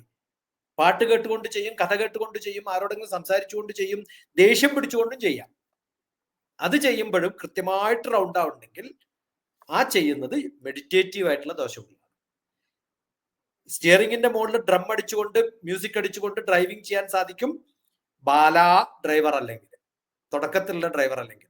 പണ്ഡിത ഡ്രൈവർ ആണെങ്കിലോ അയാൾ സുഖമായിട്ട് ഓടിച്ചുകൊണ്ട് വേറെ സംഭവങ്ങളൊക്കെ പറഞ്ഞുകൊണ്ടിരിക്കും. അങ്ങനെ ആവണം. എങ്ങനെയാവണം? ജിതേന്ദ്രിയ, ഇന്ദ്രിയങ്ങളെ ജയിച്ചവനാവണം. കണ്ണും വേണ്ട, കാതും വേണ്ട, മൂക്കും വേണ്ട, ഒരു ശ്രദ്ധയും വേണ്ട നമ്മൾ ചെയ്യുന്ന കർമ്മങ്ങളിൽ. വിശുദ്ധാത്മാവണം. മനസ്സ് നന്നാവണം, ശുദ്ധമാവണം, അധികം ചിന്തിക്കരുത്, അധികം താല്പര്യവും വേണ്ട ഒരു കാര്യത്തിലും. അങ്ങനെയായാൽ വിജിതാത്മാ, മനസ്സിലെ വിക്ഷേപങ്ങൾക്കൊന്നും ഒരു പ്രശ്നം ഉണ്ടാവില്ല. അയാളാണ് വിജയ്. മനസ്സിൽ വിക്ഷോഭം ഉണ്ടാവുന്ന സമയത്ത് വിജയി അല്ലാണ്ടാവും. ആ ഒരവസ്ഥയിൽ സർവഭൂതാത്മാ ഭൂതാത്മാ, സകല ജീവരാശികളുടെയും ആത്മാവിലിരിക്കുന്ന അതേ ആത്മാവാണ് എന്നിലും ഉള്ളത് എന്ന് മനസ്സിലാക്കി ഞാൻ ചെയ്യുന്ന കർമ്മങ്ങൾക്കൊക്കെ ആ യോഗം ഉണ്ട് എന്ന് കരുതിയാൽ, അതാണ് നമ്മൾ കോമൺ ആയിട്ടുള്ള സെൻസ് ഉപയോഗിക്കേണ്ട. നമ്മുടെ ശരീരത്തിന്റെ അവയവങ്ങൾക്കും ഒരു പ്രാധാന്യമില്ല. എല്ലാത്തിൽ നിന്നും വിരക്തി നേടുന്ന അവസ്ഥയിലേക്ക് നമ്മൾ ചെയ്യുന്ന കർമ്മങ്ങൾ ചെയ്യാം. ഇതേ സംഭവമാണ് 4-ാമത്തെ അധ്യായത്തിലെ 41-ാമത്തെ ശ്ലോകത്തിലും പറഞ്ഞിരിക്കുന്നത്. 41-ാമത്തെ ശ്ലോകം ഇല്ലേ? 41-ാമത്തെ ശ്ലോകത്തിലും അതാ പറഞ്ഞിരിക്കുന്നത്. യോഗ സന്യസ്ത കർമാണാം ജ്ഞാന സംഛിന്ന സംശയം ആത്മബന്ധം ന കർമാണി നിബന്ധനന്തി ധനഞ്ജയ. നിബന്ധനന്തി, അത് ഒരു ബന്ധിക്കുന്നില്ല, നിങ്ങളെ തൊടാതെ പോകുന്നു പറഞ്ഞില്ലേ? അതേപോലെയാണ് ഇവിടെയും പറഞ്ഞിരിക്കുന്നത്. ഒരു ടച്ചും ഇല്ലാണ്ട് ഇങ്ങനെ അങ്ങോട്ട് കടന്നു പോയിക്കോളും. നമ്മളെ അറിയില്ല നമ്മൾ ചെയ്യുന്ന പണി. എപ്പോഴാണ് പഠിപ്പിക്കുന്ന സമയത്ത് 1 മണിക്കൂറായി എന്റെ ഭഗവാനെ ഞാൻ പഠിപ്പിക്കുന്നത് എപ്പോഴാ തോന്നുക? പഠിപ്പിക്കുന്ന വലിയ പ്രശ്നമായിട്ട് മാറുമ്പോഴാണ്. നമുക്ക് ഏതെങ്കിലും ഒരു സാധനം കയ്യിൽ ഇങ്ങനെ പിടിച്ചു നിൽക്കാൻ പറ്റുമോ എന്ന് ചോദിച്ചാൽ നിൽക്കാൻ പറ്റും. ബുദ്ധിമുട്ടുണ്ടോ? ഇല്ല. എന്നാ 1 മണിക്കൂർ നിൽക്കാൻ പറ്റുമോ? അത് പറ്റില്ല. എന്താ കാരണം? കുറേ സമയം കണ്ടിന്യൂ ചെയ്യുമ്പോൾ നമുക്കത് ഇഷ്ടമല്ലാതായിട്ട് മാറുന്നതുകൊണ്ടാണ്. ഇഷ്ടമുള്ള സംഭവമാണെങ്കിലോ എത്ര മണിക്കൂറുകളോളം അത് കണ്ടിന്യൂ ചെയ്യാനും ബുദ്ധിമുട്ടുണ്ടാവില്ല. എന്തുകൊണ്ടാണ് അത് ബുദ്ധിമുട്ടായിട്ട് തോന്നാത്തത്? നമ്മൾ ബുദ്ധി അവിടെ ഉപയോഗിക്കാത്തതുകൊണ്ടാണ് ബുദ്ധിമുട്ടാത്തത്. എന്താ വേണ്ടത്? ബുദ്ധി അല്ല ഉപയോഗിക്കേണ്ടത്.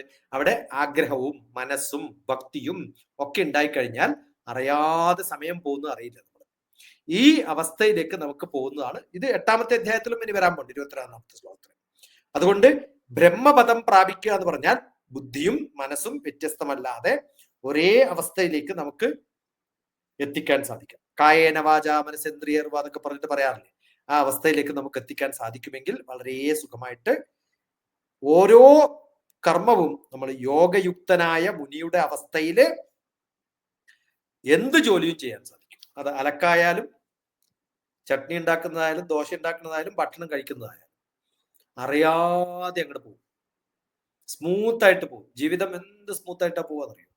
ഇതല്ലെങ്കിൽ ജീവിതം വലിയ പ്രശ്നമാണ്.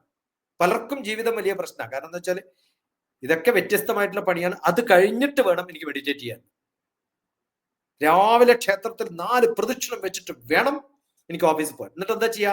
ആ ഓട്ട മത്സരം കണ്ടു കഴിഞ്ഞാൽ ആ ഓട്ടം നേരെ ബസ് സ്റ്റോപ്പിൽ ഓടിയാൽ മതി. കാരണം ശ്രദ്ധ ഇവിടെയൊന്നും അല്ല, വേറെ എവിടെയാണ്. പിന്നെ എന്തിനാ ഈ ക്ഷേത്രത്തിലൊന്നും ഓടുന്നത്? ഇനി അത് കഴിഞ്ഞിട്ട് ആരോ പറഞ്ഞിട്ട് ഇങ്ങനെ ഓടരുത്, പാതാൽ പാതാനുഗതം ഗച്ഛേ കരവ് ചലന വിവർജിതവും, അങ്ങനെയാണ് പൊസിഷൻ എടുക്കേണ്ടത്. എന്നിട്ട് അയാളുടെ ശ്രദ്ധ മുഴുവൻ എന്താണ്? ഒരു കാല്, അടുത്ത കാല് അതിന്റെ തൊട്ടടുത്ത്, അടുത്ത കാല് അതിന്റെ തൊട്ടടുത്ത്. ഭഗവാനും ഇല്ല, ഒരാളും ഇല്ല. ഇത് സർക്കസ് കളിക്കലാണ് അമ്പലത്തിൽ. എന്താണ് ചെയ്യുന്നത് എന്നതിന്റെ അതിന്റെ ജ്ഞാനമില്ല, കർമ്മം മാത്രമേ ഉള്ളൂ. അവിടെ പൊളിഞ്ഞു. ഭക്തിയില്ല, അവിടെയും പൊളിഞ്ഞു. കർമ്മവും ജ്ഞാനവും ഭക്തിയും ഒക്കെ ചേർന്ന് ചെയ്യുമ്പോൾ വളരെ സുലളിതമായിട്ട് ജീവിതം മുന്നോട്ട് പോകും. Life is so simple, life made simple എന്നാണ് എന്റെ പുസ്തകത്തിന്റെ പേര്. അങ്ങനെ ആവണം ജീവിതം. നമ്മൾ എത്ര ലളിതമായ ഒരു ജീവിതത്തിനെയാണ് ഇത്രയും കോംപ്ലിക്കേറ്റഡ്, അല്ലെ? അറിവില്ലാത്തപ്പോഴാണ് അത് കോംപ്ലിക്കേറ്റഡ് ആകുന്നത് എന്നാണ് അങ്ങ് പറഞ്ഞതിൽ നിന്ന് എനിക്ക് മനസ്സിലാവുന്നത്. കാരണം അറിയുന്നവന് വളരെ മനോഹരമായിട്ട് ഇതെല്ലാം ഒന്നിച്ചു കൊണ്ടുപോകാൻ സാധിക്കും. അറിവില്ലാത്തവന് എങ്ങനെ ഭക്തി അല്ലെങ്കിൽ എന്താണ് യോഗം, എന്താണ് ജ്ഞാനം, എങ്ങനെയാണ് ഭഗവത് കൃപ നേടേണ്ടത് എന്ന് പോലും അറിയുന്നില്ല എന്നാണ് അങ്ങ് വളരെ മനോഹരമായിട്ട് 7ാമത്തെ ശ്ലോകത്തിലൂടെ നമുക്ക് മനസ്സിലാക്കി തന്നത്. അടുത്തത് ഭഗവത്ഗീത 5ാം അധ്യായം കർമ്മസന്യാസ യുഗത്തിലെ 8ാമത്തെ ശ്ലോകത്തിലേക്ക് നമ്മൾ കടക്കുകയാണ്. ഭഗവാൻ തുടരുകയാണ്. നൈവ കിഞ്ചിത് കരോമീതി യുക്തോ മന്യേത തത്വവിദ് പശ്യൻ ശൃണ്വൻ സ്പൃശൻ ജിക്രൻ അശ്നൻ ഗച്ഛൻ സ്വപൻ ശ്വസൻ. അടുത്ത ശ്ലോകവും ചെല്ലാം, അത് കൂടെയുള്ളതാണ് ശരിക്കും. 9ാമത്തെ ശ്ലോകം കൂടെ, അല്ലെ? പ്രലപൻ വൃസുജൻ ഗൃഹ്ണൻ ഉന്മിഷൻ നിമിഷന്നബി ഇന്ദ്രിയാണീന്ദ്രിയാർത്ഥേഷു വർത്തന്ത ഇതി ധാരയൻ. വർത്തന്ത ഇതി ധാരയൻ. ആ ഇന്ദ്രിയങ്ങളെ, ഏതൊക്കെ ഇന്ദ്രിയങ്ങളാണോ വിഷയങ്ങളുടെ പിന്നാലെ വർത്തിക്കുന്നത്, ഇതി അത് എന്ത് പറ്റും? ധാരയാൻ. ആരാണോ അത്തരം ഇന്ദ്രിയങ്ങൾ ധരിച്ചു ഉള്ളത്, കിഞ്ചിത് ന ഏവ കരോമി, ഞാൻ ഒന്നും ചെയ്യുന്നില്ല എന്ന അവസ്ഥയിലേക്ക് ഇതി മന്യതേ എന്ന് വിചാരിക്കാൻ സാധിക്കും. എങ്ങനെ എത്തണം? തത്വവിത്ത് യുക്ത, ആത്മതത്വത്തെ അറിഞ്ഞ യോഗിയുടെ അവസ്ഥയിലേക്ക്. പശ്യൻ ശൃണ്വൻ, കാണുന്നവനും കേൾക്കുന്നവനും, സ്പർശൻ തൊടുന്നവനും, ജിഗ്രൻ ഘ്രാണം സ്മെല്ല് ചെയ്യുന്ന ഒരാൾക്കും, അസ്നൻ ഭക്ഷിക്കുന്നവനും, ഗശ്ചൻ നടക്കുന്നവനും, സ്വപൻ ഉറങ്ങുന്നവനും, ശ്വസൻ ശ്വസിക്കുന്നവനും, പ്രലപൻ സംസാരിക്കുന്നവനും, വിസർജൻ വിസർജിക്കുന്നവനും, ഗൃഹണൻ എടുക്കുന്നവനും, ഉന്മിഷൻ കണ്ണ് മിഴിഞ്ഞ് മുന്നോട്ടിങ്ങനെ നോക്കി നിൽക്കുന്ന മിഴിക്കുന്നവനും, നിമിഷൻ കണ്ണടക്കുന്നവനും, അപി എന്തവസ്ഥയിലിരുന്നാലും, ഇന്ദ്രിയാർത്ഥേഷു. അതുകൊണ്ടാണ് ഞാൻ എല്ലാം വായിക്കാൻ പറഞ്ഞത്, അല്ലെങ്കിൽ ഞാൻ ഈ അർത്ഥം പറഞ്ഞ അടുത്ത ഇതന്നെ പിന്നെ റിപ്പീറ്റ് ചെയ്യണ്ടേ. അതുകൊണ്ട് ഞാൻ എന്ത് ചെയ്താലും ഇതൊന്നും എൻ്റെ ഇന്ദ്രിയങ്ങൾക്ക് ഒരു പ്രാധാന്യമില്ല. അതിൽ ഞാൻ എന്ന എൻ്റെ ആത്മാവ് സാക്ഷിയായി, എൻ്റെ ചൈതന്യം സാക്ഷിയായി, ബാക്കി ആരൊക്കെയോ ചെയ്യുന്ന ഒരു അവസ്ഥ പോലെ തീരെ ഒരു ബന്ധവുമില്ലാതെ, കാണുന്നതിനോടും ഒരു ശ്രദ്ധയില്ല, കേൾക്കുന്നതിനോടും ശ്രദ്ധയില്ല. ഇതൊന്നും അല്ല വേണ്ടത്. അതിനെയൊക്കെ നിയന്ത്രിക്കുന്ന ആത്മാവ് ഏതവസ്ഥയിലേക്ക് എത്തണം? യോഗാവസ്ഥയിലേക്ക് എത്തുകയാണെങ്കിൽ ഞാൻ കാണുന്നത് ഒരു വ്യക്തി കാണുന്നത് പോലെയല്ല, യോഗി കാണുന്നത് പോലെയാവും. ഞാൻ കേൾക്കുന്നതും തൊടുന്നതും ശ്വസിക്കുന്നതും ഭക്ഷിക്കുന്നതും നടക്കുന്നതും ഉറങ്ങുന്നതും, ഞാൻ എന്തൊക്കെ ചെയ്യുന്നുണ്ടോ വിസർജിക്കുന്നതും, കണ്ണ് മിഴിച്ചു നോക്കുന്നതും കണ്ണടച്ചിരിക്കുന്നതും ഒന്നിനും ഒരു വ്യത്യാസം ഉണ്ടാവില്ല. കാരണം ഇതൊക്കെ മെഡിറ്റേറ്റീവ് സ്റ്റേറ്റില് ഇന്ദ്രിയങ്ങൾക്ക് അവയുടെ വിഷയങ്ങളിൽ പ്രവർത്തിച്ചോട്ടെ, ഇതൊന്നും എൻ്റെ ഭാഗമല്ല എന്ന് വിചാരിക്കുന്ന ഞാനെന്ന എൻ്റെ ഉള്ളിലിരിക്കുന്ന ഈ ഞാൻ ആണ് ഇതൊക്കെ ചെയ്യുന്നത് എന്നുള്ള ധാരണയിൽ ചെയ്താൽ മതി. ആ സദ്ഭാവം, സർവദാഭാവം, എല്ലാവരും ചെയ്യുന്നത് ഒരേ യോഗമാണ്, ഒരേ കർമ്മമാണ്, അതിൽ എനിക്കൊരു പങ്കുണ്ട്, എൻ്റെ കണ്ണിന് പങ്കുണ്ട്, എൻ്റെ കണ്ണാണ് കാണുന്നത്, എൻ്റെ മൂക്കാണ് എന്നുള്ള അവസ്ഥയിലുണ്ടായിരുന്നത്. ഇതിൽ നിന്നൊക്കെ മുക്തനായിട്ട് ഞാൻ അവിടെ ഇല്ല. അതാണ് ഞാൻ നേരത്തെ പറഞ്ഞത്. ഐ വാണ്ട് എന്നുള്ളതിൽ ഐ അങ്ങോട്ട് എടുത്ത് കളഞ്ഞാൽ വാണ്ട് എന്ന് മാത്രമേ ഉള്ളൂ എന്ന് വിചാരിച്ചാൽ ആർക്കാണെന്ന് പിന്നെ ചോദിക്കണ്ട, എല്ലാവർക്കും നിങ്ങൾ ഉത്തരം പറയാം. ലോകാസമസ്ത സുഖിനോ ഭവന്തു എന്ന് പറയണം. എന്നിട്ട് പിന്നെ എൻ്റെ ആൾക്കാരെന്ന് പറയാണ്ടിരുന്നാൽ മതി. ആ അവസ്ഥയിൽ ഇവിടെ നമുക്ക് എത്താൻ സാധിച്ചാൽ ഇതാണ് ഡിറ്റാച്ച്മെന്റ്. ആ ഡിറ്റാച്ച്മെന്റ് അല്ല, നോൺ ബൗണ്ടഡ്നെസ് എന്നാണ് പറയാ. അറ്റാച്ച്മെന്റ് ഇല്ലായ്മ എന്നല്ല. ഞാൻ അതിൽ ബന്ധം ഇല്ല. അതിന് പ്ലവം പോലെ, എനിക്ക് തോണി വെള്ളത്തിൽ പോകുന്നത് പോലെ അതിൽ മുങ്ങാതെ എനിക്ക് എല്ലാ കർമ്മങ്ങളും ചെയ്യാൻ പറ്റും. അതൊരു സാധനയാണ്. അപ്പൊ എൻ്റെ എല്ലാ കർമ്മങ്ങളും സാധനയാണ്. പഠിക്കുക എന്നുള്ളത് സാധനയാണ്, പഠിപ്പിക്കുക എന്നുള്ളത് സാധനയാണ്, കൃഷി ചെയ്യുക എന്നുള്ളത് സാധനയാണ്, ഭക്ഷണം കഴിക്കുക എന്നുള്ള സാധനയാണ്, ഭക്ഷണം ഉണ്ടാക്കുക എന്നുള്ളത് സാധനം. ഇതെല്ലാം സാധനയായിട്ട് മാറുമ്പോൾ എൻ്റെ അവസ്ഥ വളരെ ഹയർ ലെവലിലേക്ക്. 7 മുതൽ 12 വരെ, ഇപ്പൊ 6 വരെ നമ്മളൊരു ലെവലിലാണ് പറഞ്ഞത്. 7 മുതൽ 12 വരെ സാധനക്രമമാണ്. എങ്ങനെയാണ് സാധന ഉണ്ടാക്കിയെടുക്കേണ്ടത്, എങ്ങനെയാണ് നമ്മൾ ആ സാധനയുടെ ലെവലിലേക്ക് നമ്മൾ എത്തുക. ഇനി ഇത് കഴിഞ്ഞ് ഇപ്പൊ സാധനയുടെ കാര്യങ്ങൾ പറഞ്ഞു. ഇനി സാധന എങ്ങനെയാണ് പൂർണ്ണമാക്കാൻ സാധിക്കുക, അത് എങ്ങനെ ഞാൻ പറഞ്ഞല്ലോ, വെള്ളത്തിൽ കിടക്കണം പക്ഷെ വെള്ളം തൊടരുത്. അവിടുന്ന് പുറത്തേക്ക് വന്നു കഴിഞ്ഞാൽ അതിന് ഒരു ടച്ചും ഉണ്ടാവില്ല. എനിക്ക് യാതൊരു ബന്ധവുമില്ല ഞാൻ ചെയ്യുന്ന, ഞാൻ എന്നുള്ള സംഭവം എടുത്തു മാറ്റാം, കർമ്മം ചെയ്യുന്നത് മാത്രം. ഇത് ആരാണ് ചെയ്യുന്നത്? ഞാനാണോ ചെയ്യുന്നത് വെച്ചാൽ ഞാനാണ് ചെയ്യുന്നത്, പക്ഷെ ഞാനൊരു ടൂള് മാത്രമാണ്, ഞാൻ ട്രസ്റ്റിയാണ്. ഇത് ആരുടെയാ നോളജ് എന്ന് വെച്ചാൽ എന്റേതല്ല. എനിക്ക് ഏതോ ഒരു ഗുരു തന്നിട്ടുണ്ട്, ആ ഗുരുവിൻ്റെതാണോ വെച്ചാൽ അല്ല, അതിനും മുകളിലുണ്ട് പറയാൻ. ഇത് ഭഗവാൻ കൃഷ്ണനും ഇവിടെ പറയേണ്ടത് എന്റേതല്ല എന്ന്. ഭഗവാൻ പറഞ്ഞിട്ടുള്ള ഇത് എന്റെ നോളജാണ്. അങ്ങനെ ഒരു ഡിറ്റാച്ച്ഡ് ആയിട്ടുള്ള ഒരു ബന്ധം ഉണ്ട്. പക്ഷെ എനിക്ക് അങ്ങയോടുള്ള ബന്ധം കൊണ്ടാണ് ഞാനിത് പറയുന്നത്. പക്ഷെ എനിക്ക് അതിനോട് വലിയൊരു താല്പര്യവും മമതയൊന്നുമില്ല. ഞാനൊരു ടൂളായിട്ട് ഇങ്ങനെ ചെയ്തു പോകുന്നു മാത്രം. I am only A trustee. I don't have any ownership on this. ഇത് എന്റേതാണെന്ന് പറയാൻ പറ്റില്ല. ഒരു ട്രസ്റ്റിയാണ്. പാസ് ചെയ്ത് കൊടുക്കാനുള്ള, സംരക്ഷിച്ച് നന്നായി നോക്കി നടത്താനുള്ള ഒരു അവകാശം മാത്രമേ എനിക്കുള്ളൂ. നമ്മൾ പറയാറുണ്ടല്ലോ, ഗവൺമെന്റ് ഓഫ് ഇന്ത്യയുടെ നോട്ടൊന്നും നമ്മുടെ നോട്ടല്ല. അത് കയ്യിൽ സൂക്ഷിച്ചു വെക്കാൻ നമുക്ക് അധികാരമൊന്നുമില്ല. കയ്യിൽ നിന്ന് വേറൊരാളുടെ എത്തിക്കാനുള്ള ഒരു ട്രാൻസാക്ഷൻ മാത്രമേ നമുക്ക് അധികാരമുള്ളൂ. ഞാൻ എന്റെ സ്വത്താണെന്ന് പറയുന്നതിൽ അർത്ഥമൊന്നുമില്ല. അതൊക്കെ ഗവൺമെന്റിന്റെ സ്വത്താണ്. ഞാൻ അത് ഉള്ള കാലത്ത് എനിക്ക് അനുഭവിക്കാനുള്ള യോഗം. നമ്മൾ രജിസ്ട്രാർ ഓഫീസിൽ പോയിട്ട് കാശൊക്കെ കൊടുത്തിട്ട് സ്വത്ത് മേടിക്കുമ്പോൾ അവിടെ എഴുതുന്ന കൈവശം വെക്കാനും അനുഭവിക്കാനും ഉള്ള അധികാരം മാത്രമേ നമുക്കുള്ളൂ. ആര് അതിന്റെ ഉടമ വന്ന് ചോദിക്കുന്നു അപ്പൊ കൊടുക്കണം. ആരാ ഉടമ? ഗവൺമെന്റ് ആണ്. അതുപോലെ നമ്മുടെ കർമ്മങ്ങളുടെയൊക്കെ ഉടമ ആരാ? ഭഗവാനാണ്. അപ്പൊ നമ്മൾ കർമ്മങ്ങൾ ഇങ്ങനെ ചെയ്യുന്നു എന്ന് മാത്രം. ആര് പറഞ്ഞിട്ടാ ചെയ്യണത്? ഭഗവാൻ പറഞ്ഞിട്ട്. ചെയ്യാണ്ടിരിക്കാൻ പറ്റുമോ? പറ്റില്ല. എന്റെ പേരിൽ രജിസ്റ്റർ ചെയ്ത് പോയി എന്റെ കർമ്മങ്ങൾ. അപ്പൊ എന്റെ കണ്ണ് എനിക്ക് തന്നുപോയി. അപ്പൊ ഞാൻ എന്ത് ചെയ്യണം? എന്റെ കണ്ണിലൂടെ എനിക്ക് കാണാൻ പറ്റുള്ളൂ. അത് എന്റെ കണ്ണാണോ എന്ന് ചോദിച്ചാൽ എന്റെ കണ്ണല്ല. അതിൽ ഓരോ സെല്ലും എന്റേതാണോ എന്ന് ചോദിച്ചാൽ എന്റേതല്ല. അല്ല ആറ്റം എന്റേതാണോ ചോദിച്ചാൽ എന്റേതല്ല. എന്റെ ഇലക്ട്രോൺ എന്റേതാണോ ചോദിച്ചാൽ അല്ല. അപ്പൊ ഓരോ കണികയും എന്റേതല്ലാത്തപ്പോ ഞാൻ എങ്ങനെയാ എന്റേതാവുക? അതുകൊണ്ട് ഞാൻ എന്റേതല്ല. ഞാൻ എന്റേതല്ലാത്തതുകൊണ്ട് എന്റെ കർമ്മങ്ങൾ എന്റേതല്ല. ഞാൻ കാണുന്നതും കേൾക്കുന്നതും ഒന്നുമല്ല. അപ്പൊ എല്ലാ ഇന്ദ്രിയങ്ങളെയും ഇവിടെ പറഞ്ഞു എന്ന് മാത്രം. ഇനി അടുത്ത് പറയാൻ പോകുന്നത്, ഈ ഇന്ദ്രിയങ്ങളൊക്കെ ചേർന്നിട്ടുള്ള എന്റെ ഒരു ക്രിയേറ്റിവിറ്റി ആയിട്ട് ഞാൻ വലിയ കാര്യങ്ങൾ ചെയ്യുന്നതൊക്കെ ധരിച്ചാൽ അതും നിങ്ങളുടേതല്ല എന്ന് പറഞ്ഞു വെക്കാണ്. 12-ാം അധ്യായം ശ്ലോകം വരെ ഇത് തന്നെ പറയാം. ഇന്ന് 9-ാമത്തെ ശ്ലോകത്തില് നിർത്തുകയാണ് 5-ാം അധ്യായം. ഈ കുറെ ചോദ്യങ്ങൾ ഉള്ളത് കൊണ്ടാണ്. ഒരുപാട് നന്ദി, മനോഹരമായിട്ട് ഈ വിവരണം നൽകിയതിന്. Thank you T P S G.